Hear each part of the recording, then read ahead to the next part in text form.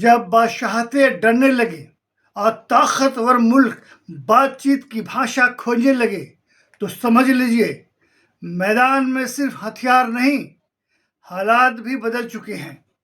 जो समुद्र पे राज करते थे कभी, आज वही तूफानों का हिसाब पूछ रहे हैं।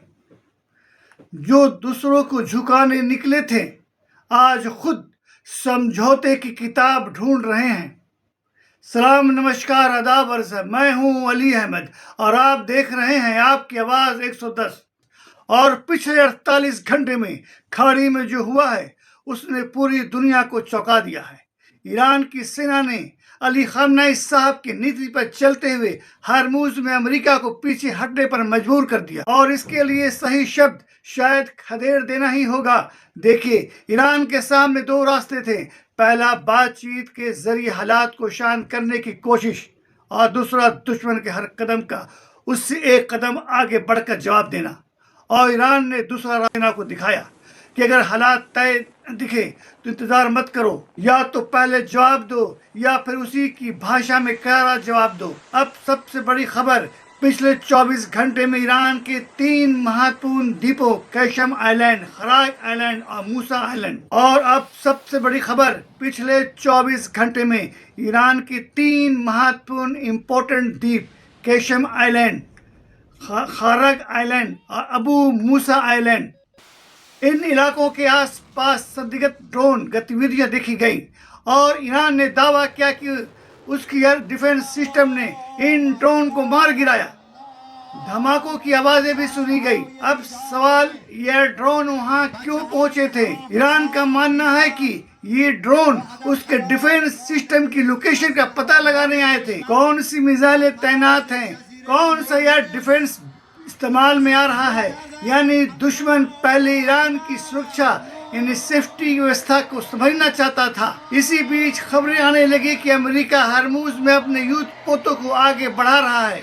जहाजों को एस्कॉर्ट करने के नाम पर F-35 और दूसरे लड़ाकू विमानों की मूवमेंट, पैट्रियट और थर्ड सिस्टम की तैनाती, और इजराइल यूएई के साथ संभावित बड़े ऑपरेशन की चर्चा। लेकिन ईरान पीछे हटने के मूड में नहीं था।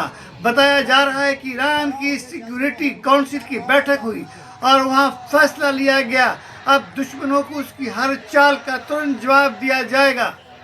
नतीजा क्या हुआ? हरमूज में अमेरिकी जहाज़ों की एंट्री के बाद ईरान ने अपने तेज रफ्तार छोटे बोट्स तैनात कर दिए, चारों तरफ से घेराबंदी कर दिया, समुद्र में हाई अलर्ट जारी कर दिया, और रिपोर्ट्स के मुताबिक अबू मेहंदी मिसाइलों का इस्तेमाल भी किया गया। हालांकि इन हमलों और मिसाइल हिट की सभी अंतर्राष्ट्रीय स्रोतों से स्वतंत्र पुष्टि अभी तक प्राप्त नहीं हुई है, लेकिन इतना साफ है, हरमुज अब दुनिया का सबसे खतरनाक समुद्री क्षेत्र बन चुका है। याद रखिए, दुनिया का लगभग 20% तेल इसी रास्ते से गुजरता है। अगर यहाँ जंग बढ़ती है तो सिर्फ खाड़ी नहीं, पूरी दुनिया प्रभावित होगी। तेल के दाम, महंगाई, ग्लोबल ट्रेड, शेयर मार्केट, सब पर असर पड़ेगा। सबसे बड़ा बदलाव क्या है? ईरान अब पुराना ईरान नहीं रहा। अब वो सिर्फ बचाव नहीं बल्कि आक्रामक रणनीति अपना रहा है, और यही वजह है कि अमेरिका और उसके सहयोगी अब सीधे टकराव से बचने की कोशिश कर रहे हैं। अब सबसे बड़ा सवाल, क्या हरमुज जो एक बड़ा जंग का शुरुआती मैदान बन चुका है, क्या दुनिया एक नए युद्ध की तरफ बढ़ रही है, या फिर से सिर्फ ताकत दिखाने की लड़ाई है? जब समुद्र में युद्ध पोत आमने सामने हो तो सिर्फ लहरें नहीं उठती, दुनिया की सियासत ही बदलने लगती है।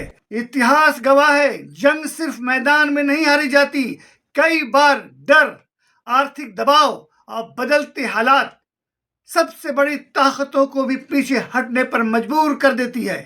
आज मिडिल ईस्ट में मिसाइलें भी मौजूद हैं, युद्ध पोत भी मौजूद है, अमेरिका का एयरबेस भी है, लेकिन सबसे ज्यादा मजबूत है डर और बेचैनी।